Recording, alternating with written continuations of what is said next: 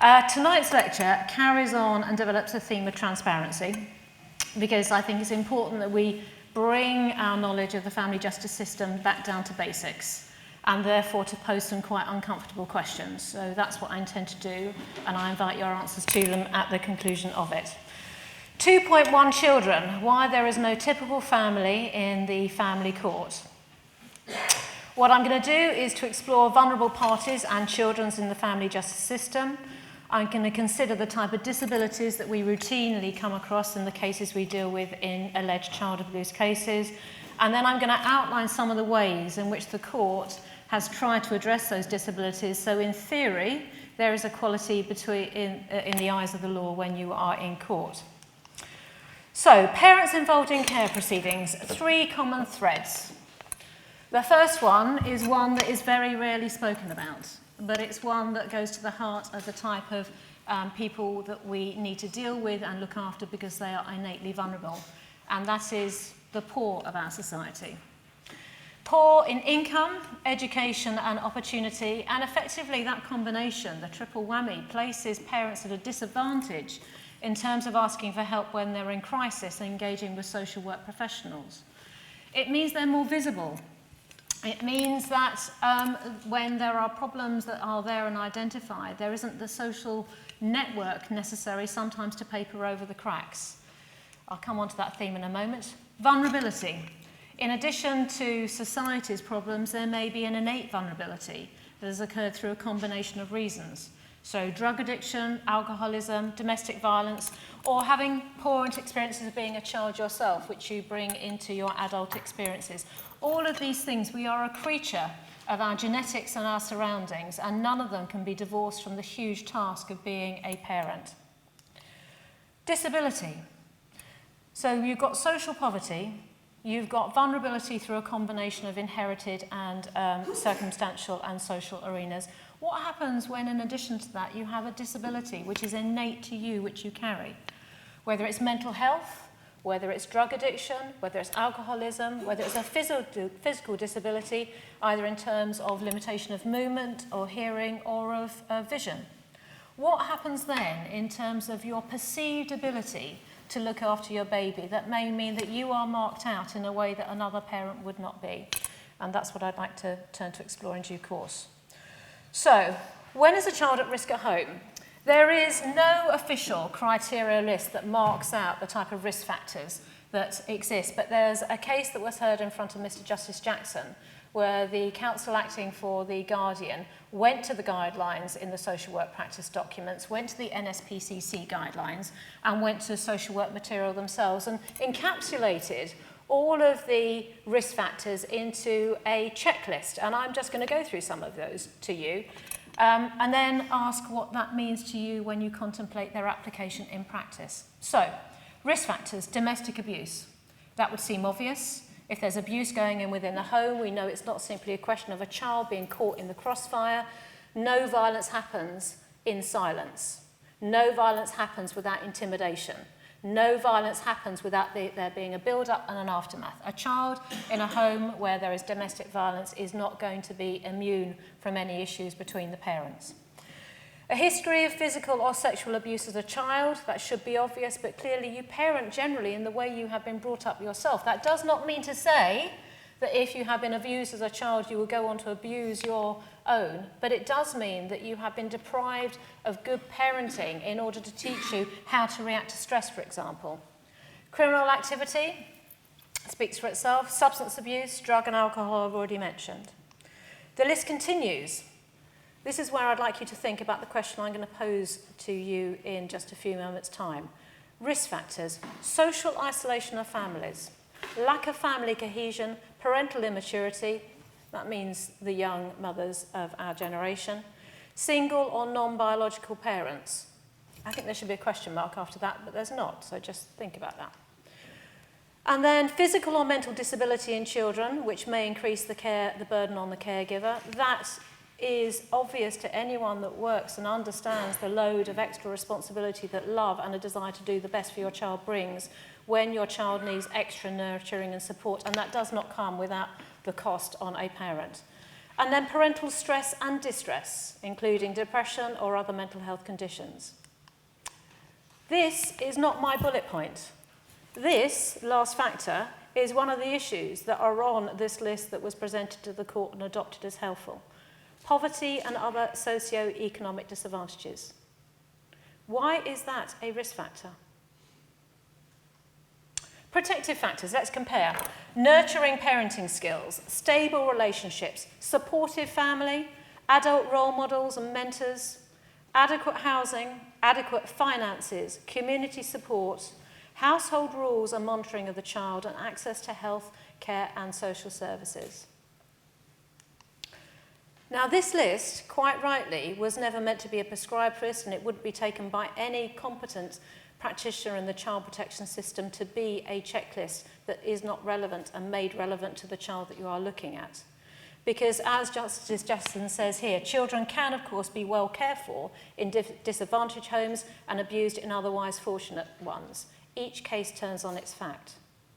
But if you compare those risk factors that I identified to you, and you compare them to the protective factors, how many of them, if you actually look at them, are impacted upon by the family's ability to recognise when they're in distress and stress, and to call on additional resources which might come outside of the social services sector, and have the ability to argue for the means and the ability to get those services that they recognise they need.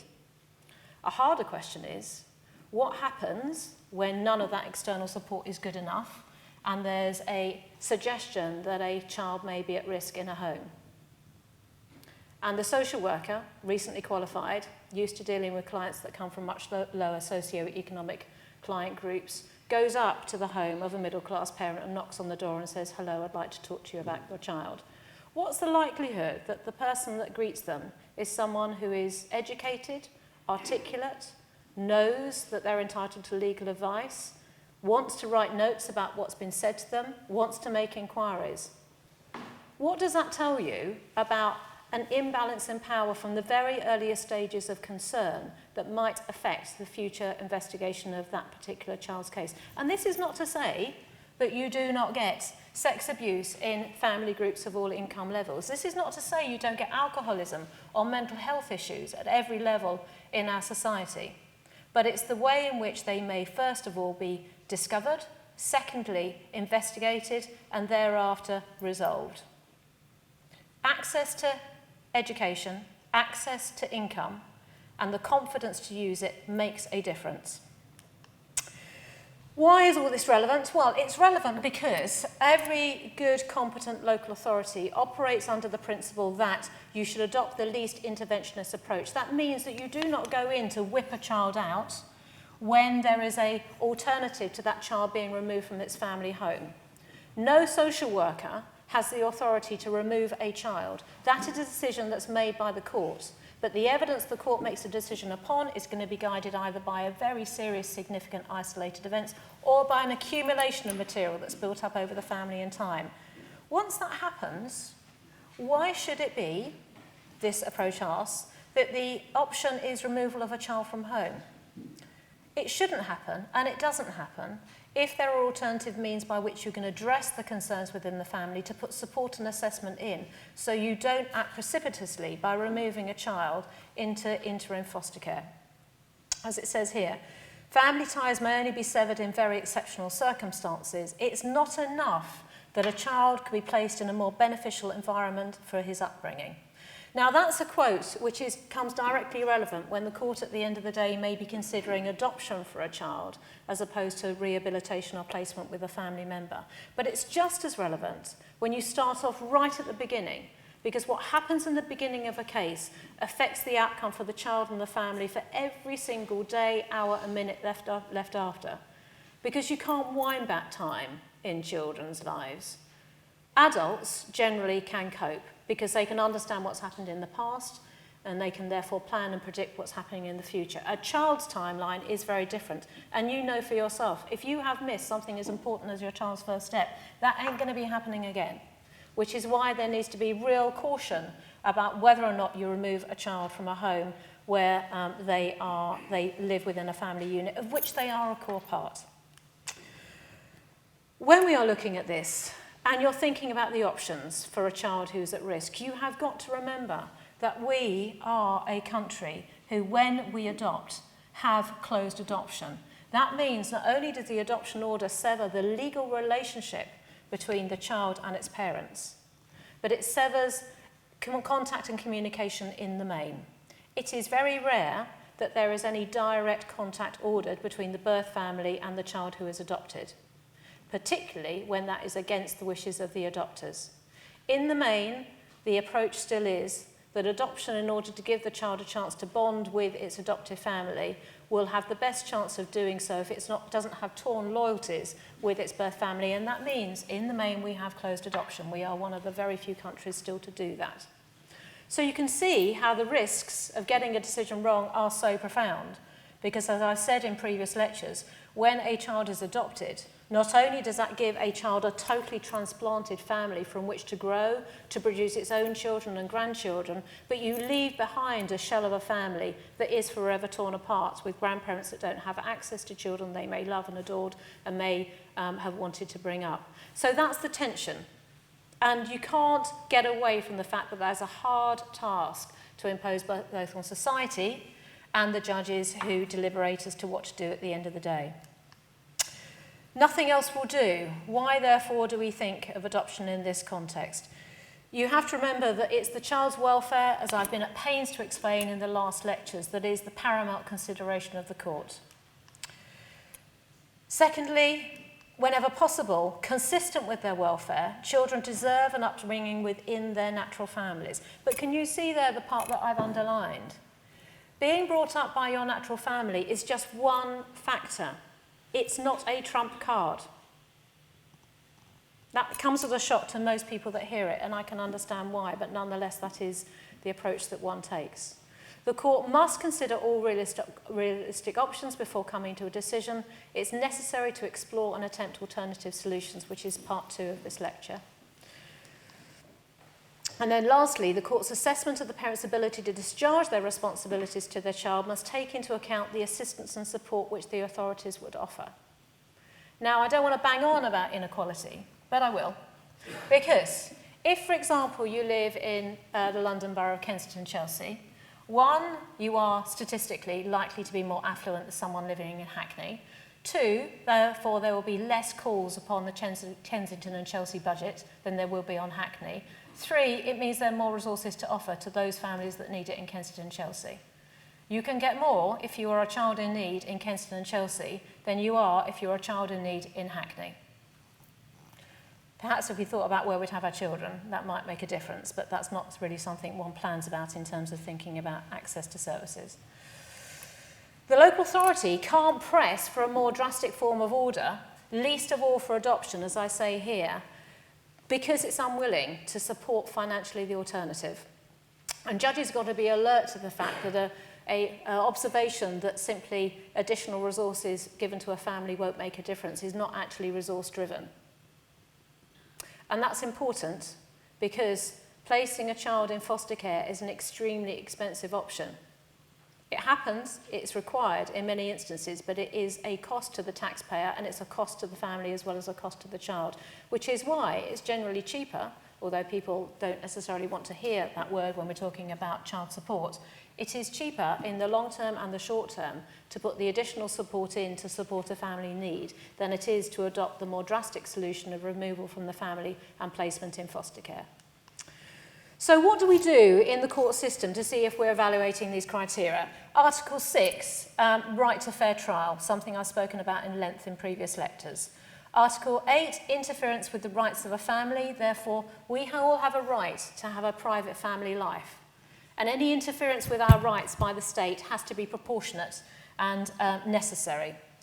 Section 31 of the Children Act, something I think I've tried to introduce to you in previous lectures. This is the trigger stone upon which we, as judges and barristers and lawyers and solicitors and child care practitioners, look to gauge whether or not a child should or should not be removed from home by order of the court. And we have that term threshold, which I've spoken to you before. What is the threshold? Is the child at risk of suffering significant harm? That can be physical, emotional, behavioural, sexual, Or has the child actually suffered harm, and if so, by whom? And is there a more protective measure that can be undertaken? This is the section I was alluding to in terms of assets.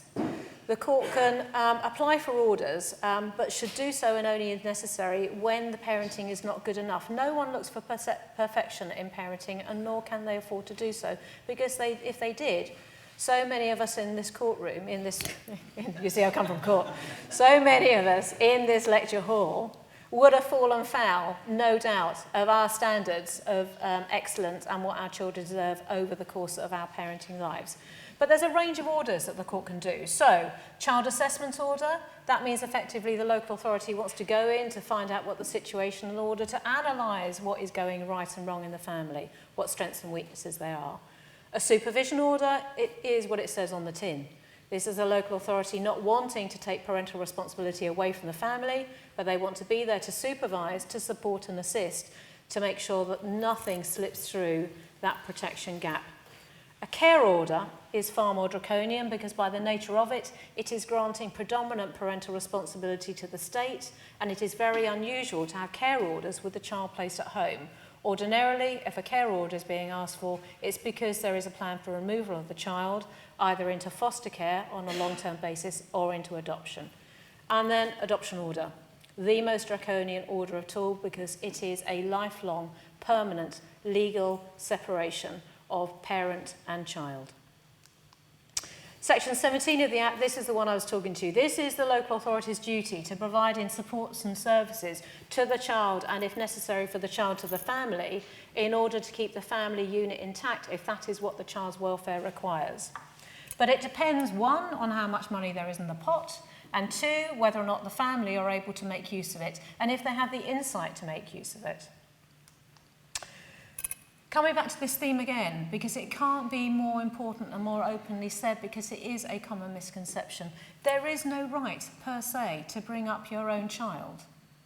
If in so doing you expose that child to the risk of harm or harm of sexual, physical, emotional neglect, which is avoidable. If a child is at risk of harm of that nature and degree, you do not have a right to bring up that child. The child has a right to have a child that is free from that level of abuse, and that is why the child's rights take precedence over the parent's desire and intention to bring the child up as their own. A child is not a chattel. It has rights of its own, and it has the drive, the need. It has everything we as society should give to it, the ability and the right to be brought up to maximise its potential. Society must be willing to tolerate very diverse standards of parenting, including the eccentric, might count myself there occasionally, the barely adequate, probably definitely me there, and the inconsistent, ask my husband. I carry through each of those criteria. Luckily, I have not had my children removed, and I will be fighting tooth and nail if they were cited against me. Because, as we know, it's not the provenance of the state to spare children all the consequences of defective parenting. In any event, it simply can't be done, which is why there needs to be some very significant and serious failings before the state intervenes to remove, not only because it's a matter of right, of law, that there's that proportion there, but quite frankly, we can't afford to do anything else. So what do we do when we are dealing with a category of people that, in addition to the society that they have grown up in addition to the problems they may have got by virtue of the way in which they've been brought up or who they are living with, what do we do when we deal with parents who have disabilities which are innate to them and will not be changing?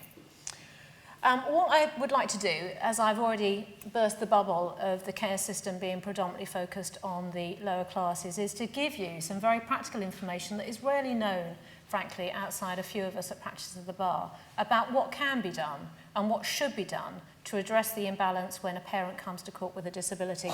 And there are these amazing toolkits available. In the lecture notes, as I've said before, what I give you here is a brief summary of that which is in the notes. But the notes contain all of the quick hyperlinks that you would need in order to see what services should be provided to a parent who has autism, what should be provided to a parent who is deaf, who is blind, who's got ADHD, who's got a learning disability, who's got a mental health issue, who is vulnerable. And they are toolkits for a reason, and that's because people do not come into court on an equal playing field. And we need to acknowledge and respect that, because unless we do at the outset, we carry on the imbalance in society into the courtroom, and the risk is that we undervalue and we do not properly evaluate the options there are for the children born within that family. It takes me on to this point, which is, when we are looking at the child's welfare, you must not place too much an emphasis on the child's welfare without looking at the environment from which they come. And if that parent comes with a disability, you should not ignore the impact of that disability on them and their ability to meet the child's needs as they would wish to. You cannot walk away from giving assistance to a vulnerable disabled person and then blame them for not being able to give the level of care to a child that is there within the family. You have to look at the child in the round. And that is why you must also look to see when, for example, a local authority say it can't be done, whether or not they're saying that because they have adopted a particular institutional mindset towards a difficulty, as opposed from looking afresh at whether or not they've been offering proper targeted support. Key points of law and practice. People with learning disabilities, and may I pause here to say, if I was to give this lecture on every area of disability we come across in the family courts, it would take up the entirety of my next 3 years of professorship. So rather than trying to skim over all the areas, I've taken learning disabilities as an example, but in everything I say from here on in, when I refer to learning disability, think of it as disability and apply what I'm saying to every category of that level of vulnerability, because they are transposable. So, people with a disability are individuals first and foremost, and each has a right to be treated as an equal citizen.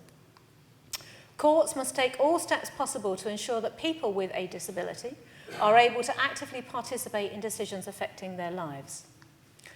Their competencies must not be judged against stricter criteria or harsher standards than other parents. Now, I've read that a number of times, and I think I understand what it means. And if I don't, I'm going to tell you what I think it is, and I'll persuade you to my point of view.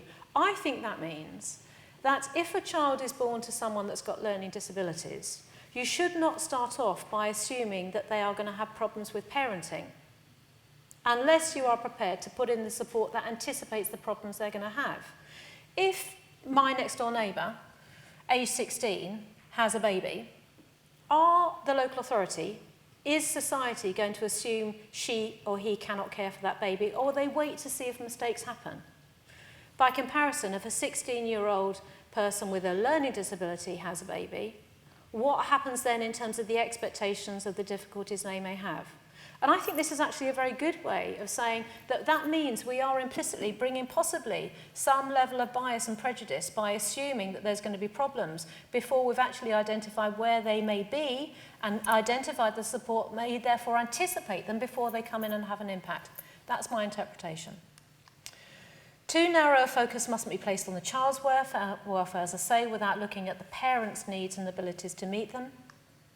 The court must take steps to ensure there are no barriers to justice within the process itself. What that means is you need to be really creative and intuitive about whether or not a parent you represent actually does come to you with a disability that has been glossed over in the past. It's not enough to read the papers and to look for signs as to whether or not they've gone to a special school, for example, or they've had difficulties in achievement. It's the way in which they engage with you. It's the way in which they may be glossed over learning. People don't go around in the street waving a label saying, hello, I've gone learning disabled. That's not the way we deal with members of society, nor should we, because we should not pigeonhole them, we should not label them. They are individuals. But it does mean that when children grow up to be adults with disabilities, they may have been glossed over simply because they've been, again, in a low socioeconomic background where the school has been too busy with too other needy children to identify that there are problems there which aren't a question of lack of attention, aren't a question of being stupid, aren't a question of simply not being bothered. It may be that there is something there that means that they are cognitively simply not able to join the dots up in the way that other members of our society are. And what happens over a period of time is that those who have learning disabilities that have not been identified acquire coping mechanisms. They acquire almost a cloak that they put on, which masks the level of their true understanding. That's particularly the case when you get a divergence between a verbal ability as opposed to an understanding, reasoning, and memory ability. So you mustn't assume. The courts must be careful to assure that the supposed inability to the parents to change might itself be an artefact of professionals' ineffectiveness. I have trouble saying that. Christ knows how we're meant to explain to our clients. What it means is don't make assumptions that just because things have gone wrong and may have gone wrong for a long time in the past, that there are not things there that can be very easily dealt with if there's the right attitude, the right response, the right resources, and a degree of taking the parent along so they feel supported rather than criticised. This, I think, is the most critical thing. A shift must be made away from the old assumption that adults with learning difficulties cannot parent to a process of questioning why, well, this is what, so this is I'm going to rephrase that. It's badly phrased in my terms, and I accept that responsibility. Mea culpa. Right, so a shift must be made from the old assumption that adults with learning difficulties can't parent, i.e. you assume a negative, to the position that we assume they can, and our obligation is to provide the support for that to be happen. Do not forget that learning disabled parents do not always have children who are learning disabled themselves. And that means you need to identify from the early stages what the maximum is the child can receive.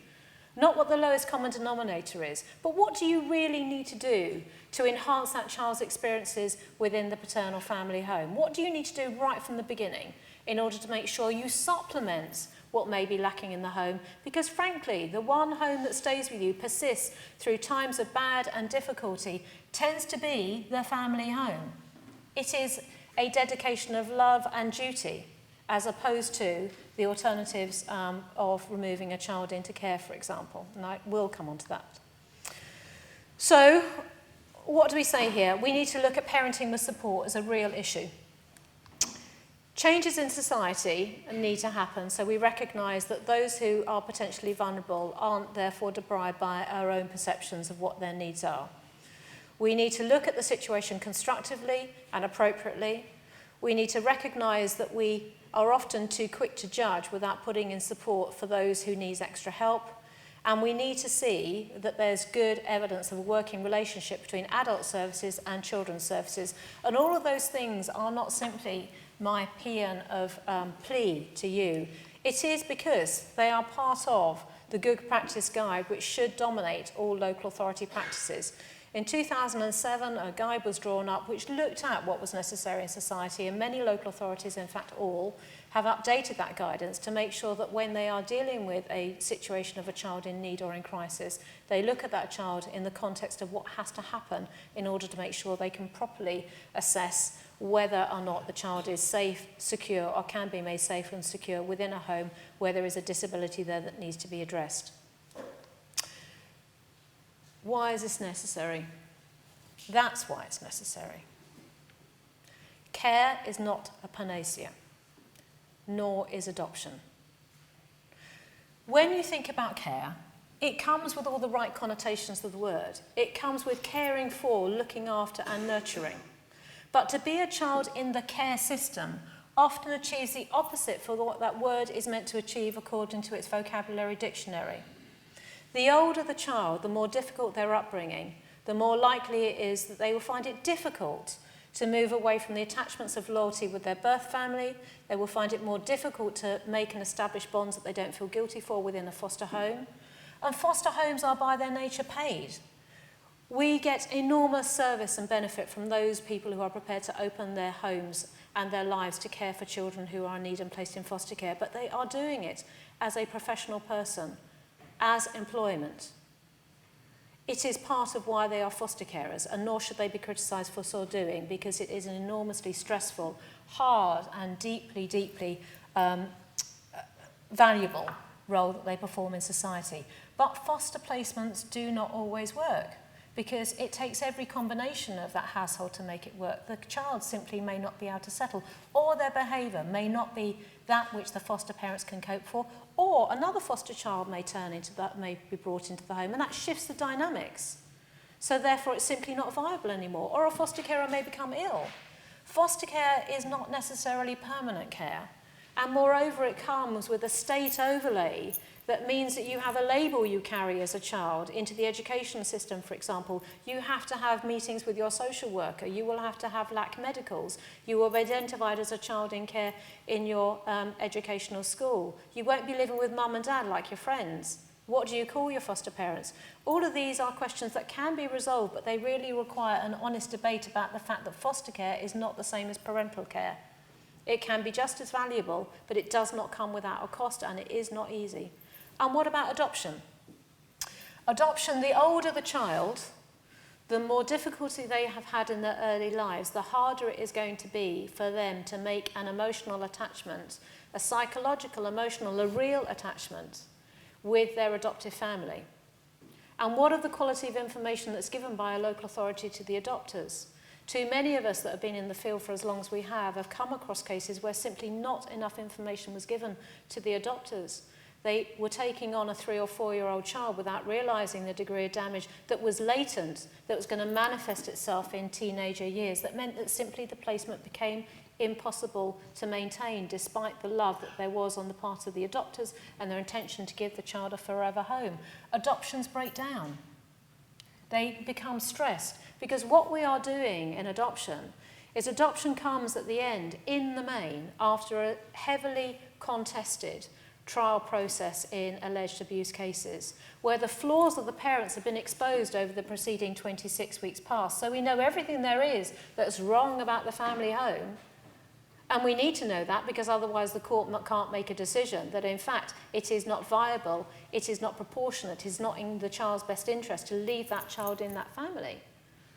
But what we do with all that knowledge is that we put those parents to the side, and it may very well be good reason, but then we place that child who's gone through those experiences in the home of parents, maybe one, maybe a couple, who may well never have had brought up a child at all. So we already put them at a great deal of stress and expectations of taking on a child about whose history they may know little enough. And it is the case, the older the child, the more difficult it is for those placements to succeed. We do not have enough information about adoption breakdown rates, when they occur, at what age, if they're retrievable, what level of support services there are out there for adopters and adoptive children to make sure that problems are anticipated instead of coming at a crisis point when the urge to find out biologically where you come from drives a division that might otherwise tip a family into separation, where with anticipation and support the problems are anticipated and realised.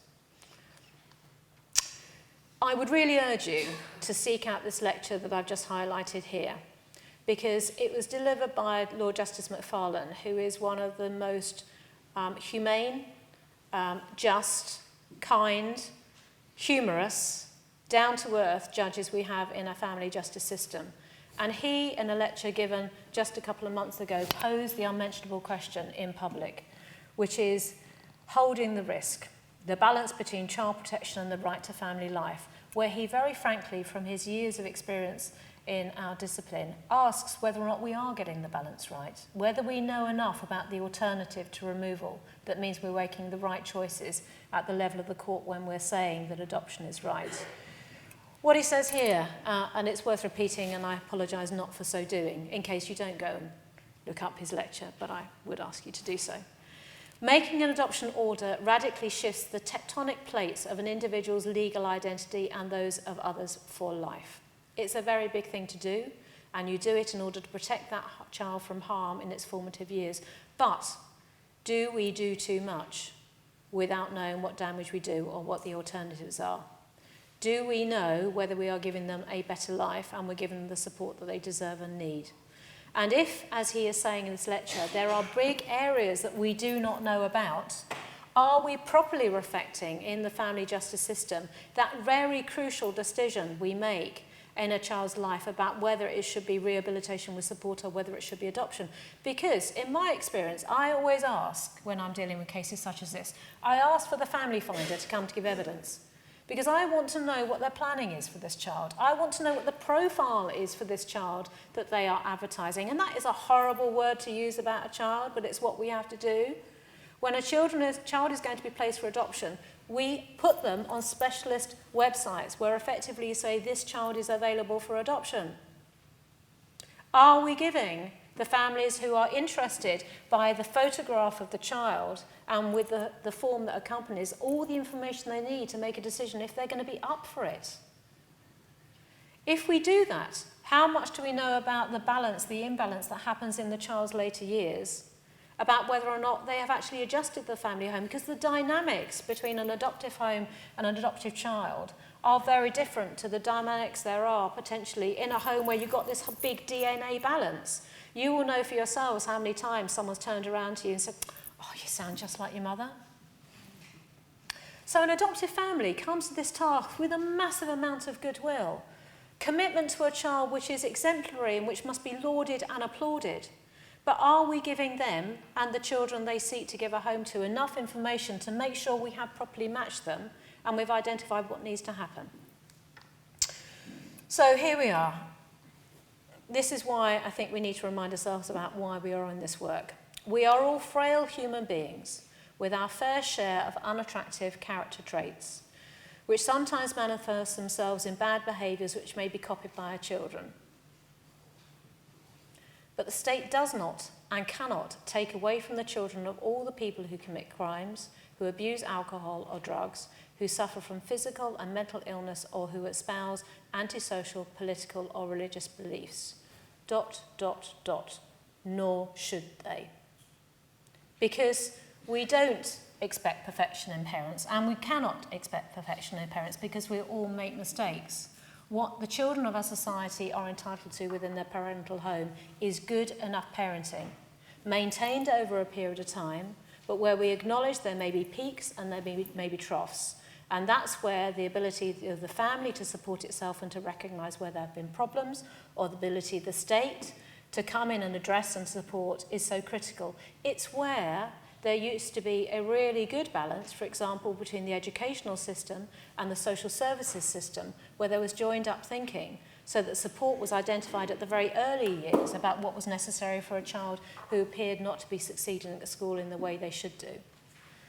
But now with the pressure on our resources, with the number of children in our classrooms, with the pressure on social services, with the budgets under stress and strain, with so many demands on those who choose to work in the public sector, that joined up thinking is no longer there to be assumed to be delivered at the earlier stages. And it takes me back to my first point, which is, do we anticipate and deal with children who come from impoverished backgrounds in a way differently than we do when we deal with children who are brought up within more affluent homes? Do we properly understand that when we are talking about children in the care system, it is because somewhere, somehow, something has fallen through the net? Because it should not be the case that, in fact, children get to the point of being so grossly abused that there is no alternative but for removal. If, in fact, what we are doing from the earliest years is anticipating the families who are going to have problems, identifying what resources are there, because it is cheaper.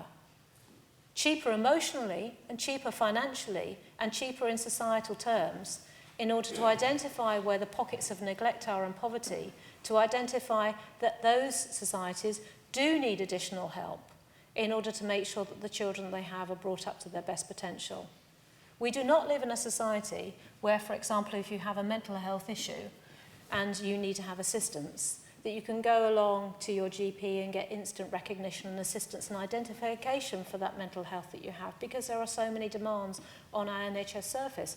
You compare that, for example, to a more affluent family where they can see someone is struggling, possibly with anorexia, possibly with drugs, possibly with addiction, and they've got the ability to go to their GP and, if necessary, to buy in the resources, the psychiatrist, the psychologist, or the additional help, or the child goes to boarding school.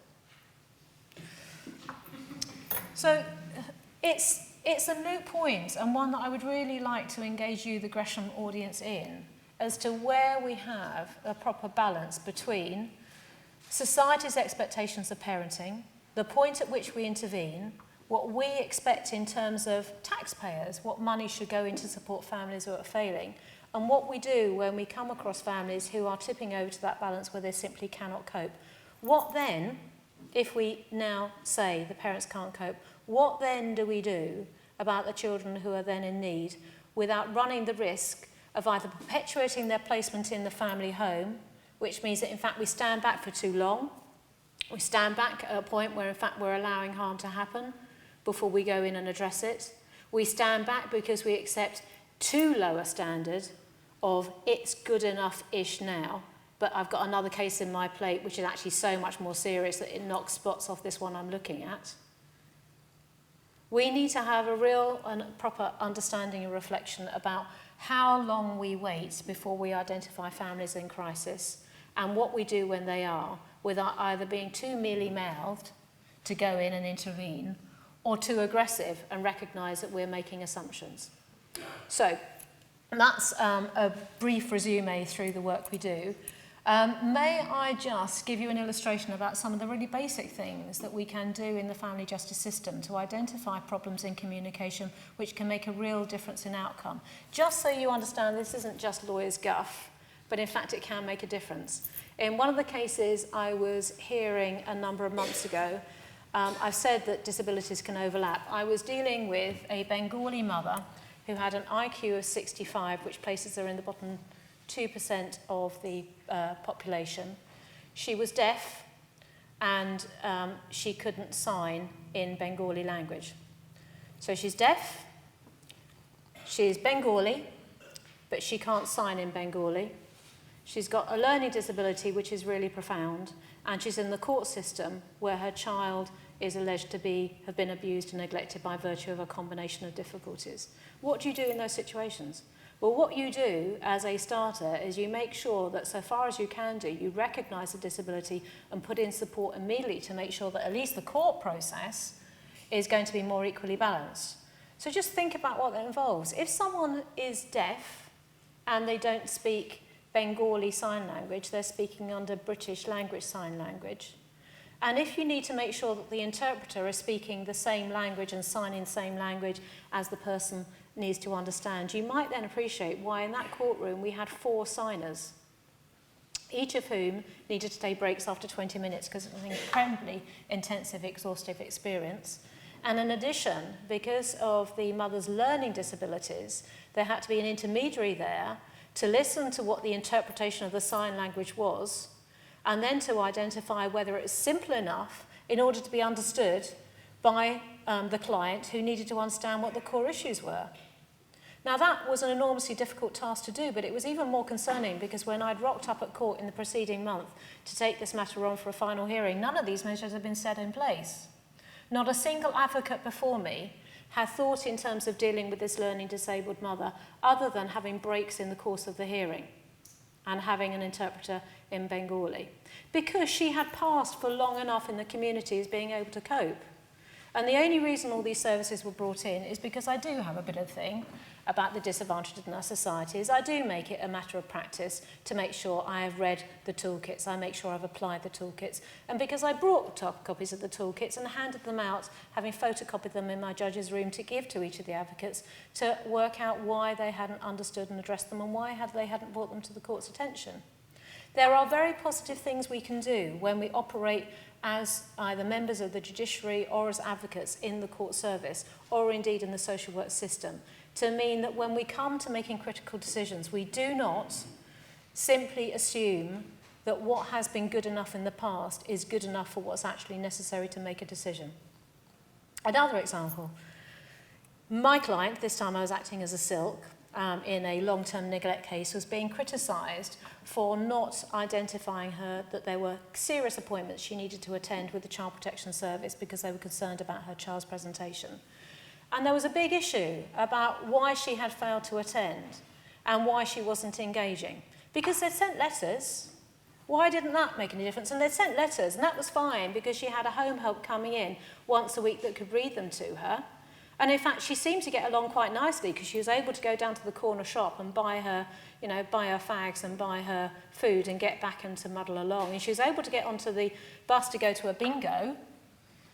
But what they didn't realise is that she went to the bingo route, the same time every day, with the same bus driver, where people, if they weren't on the same bus, would help and get her on. She was on a strict groove where she knew what to do. She went to the neighbourhood shop because she knew how to get there, and she'd already worked out in advance how many coins she needed to have on her hand by their size to know she was handing over the broad amount of money. She knew that there was an issue with the school, which is why rather than turning up at the child protection meeting at social services offices, she had turned up at the school. And why was that? And it was very simple. And it's so frustratingly simple. I don't know why it hadn't happened. I asked my client to be given, in the witness box, a blank paper sheet of the letter which she had received, which told her, 3-line whip, turn up at the social services offices because we are deciding what to do with your child. And I gave her a fluorescent highlighter and I asked her to mark on this piece of paper those words she understood and she could read. She knew her child's name. Clearly, it's a matter that you can acquire knowledge of. The letter referred to the child. The letter referred to a day, which she could understand. The letter referred to there being a complaint from the school, which she could understand. She could not read the rest of the letter, and so therefore did not understand the rest of the letter was telling her, because these issues have arisen, which can't be resolved, you have to come to social services office. So it was simply plain that her level of perception about what she had to do was limited by her inability to read and by the inability to trust someone to read these type of intimate letters, or not to be ashamed of what she couldn't read and to show it to someone. You don't show the home help that comes into your house every week that helps you how to cook meals, the type of letters that might be affecting your child. There is some dignity that should be allowed to people, and therefore she hadn't showed the person this letter, and therefore she hadn't turned up to the meeting. And it's just a really basic example about how, by asking a really fundamental question, you can come to understand the level of problems there might be in engaging at a cooperative level between a disabled person and the state before it becomes a crisis and we are at court intervention. So, it's an illustration about what each of us can do and what good practices there are and how, if we work in this world, we need to pass on the lessons about what can be done as a simple matter of thinking rather than assuming. Another example, a case I was doing a year or so ago, a mother was accused of failing to meet the needs of her child because she didn't get the child to nursery for 2 reasons. 1, she was agoraphobic. 2, she had mental health issues. As a result, she was addicted to drugs. As a result, she became even increasingly housebound. We couldn't do anything with our clients until we had identified a way in which we could at least get her to leave the home and to come to court and come to give her instructions to the solicitor. She couldn't read. Giving her a map to get to anywhere simply did not help at all, but she was an absolute whiz at playing games like Spot Wally on her mobile phone. So it seemed to me that there was a very basic and simple way in which we could do things, which we would do a picture map for her. So with her phone and with the assistance of the solicitor, we took a photograph of what would greet her when she came out of her doorway. We then took a different photograph of what she would look at down the road that we wanted her to walk, and then we gave her a target to aim for. We gave her a different picture of what she had to do next, and gradually we expanded over the course of the weeks her confidence to move from her front door to the doorstep, to the bus stop, until eventually we got her to court. Now that was not simply a milestone in terms of what she was demonstrably able to do in terms of conquering agoraphobia and an ability to read. It was an enormous emotional leap for her to recognise that there were difficulties that she could overcome, and yet it only happened because I was looking at her phone and getting really cross because she was playing with her phone rather than listening to me. I mean, hello.